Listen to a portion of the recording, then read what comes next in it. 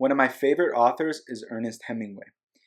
Not because of his books and not because of his short stories, but because of his articles. You can learn a lot from Hemingway's work, especially early in his career, all the way up until the end of his life when it comes to the works he published in newspapers and in magazines. I have a collection I enjoy called Byline Ernest Hemingway. This copy's from the 60s, so it's a little worn, but it's a great collection of his many top works throughout his life in many different kinds of newspapers and magazines. Now, one of the things I enjoy about Hemingway is his introductions. Hemingway has an amazing talent for capturing attention in just a few lines, and one of his examples can be found in an article titled A Free Shave.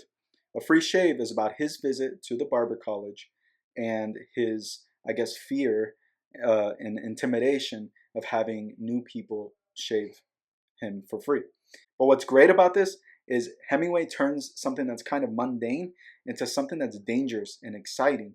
And as a reader, you're checking it out, you're reading it, and at first there's a hesitation, like this writer is really exaggerating about getting a haircut or a shave.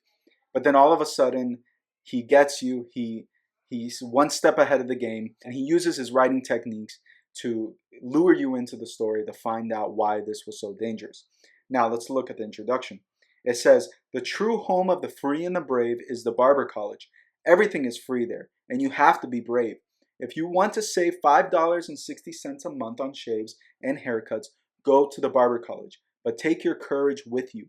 For a visit to the barber college requires cold, naked valor of the man who walks clear-eyed to death. If you don't believe it, go to the beginner's department of the barber college and offer yourself for a free shave. I did. Now, there's a lot we can learn here, and every single line, every phrase almost has a layer to his technique on keeping this suspenseful. The first thing we can look at is the true home of the free and the brave is the barber college. I love this because Hemingway matches the familiar with the unexpected. The true home of the free and the brave is something that the average North American reader, which is the audience he's writing to, recognizes as a phrase of revolution, of starting a new country, of valor. And he ties it to the barber college, and it's kind of gets you to step back and go, well, wait a minute, I never thought of it that way. Why is the barber college so free and brave, and what about that makes it believable? And then he explains, everything is free there, and you have to be brave. So now he's reaffirming that doubt and reaffirming maybe that hesitation the reader has. If you want to save $5.60 a month on shaves and haircuts, go to the barber college. So in this sentence, he's inviting the reader. So now the reader is in the story. And then he says, but take your courage with you. So again, he's challenging the reader, not only as far as like actually trying this barber college and inviting them into this story, into this experience, but again, he's challenging the reader as far as believability. Like, how is the barber college so dangerous?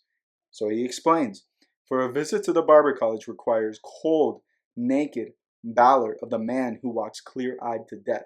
Again, he's bringing it back to the home of the free and the brave, and almost this warlike metaphor.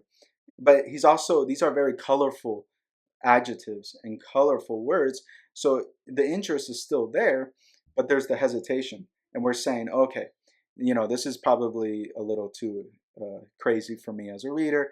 This sounds like this writer maybe has a head that's a little too big.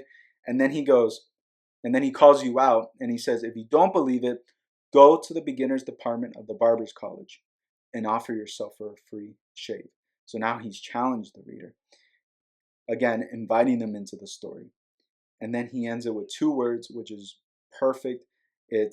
It just wraps everything up, and he says, I did. And what he's doing is he's giving himself credibility, but he's also now launching and setting the stage for the story, because now you have to read it and you have to see all these claims he made and him proving these claims and figuring out the climax of the story and basically what happened. Now, we can learn four things, and we've already mentioned a lot of them, and it's basically we combine the familiar with the unexpected when it comes to our introductions, and then we want to speak to the audience, and then we want to immediately address doubts, and then we set the stage for the rest of the story.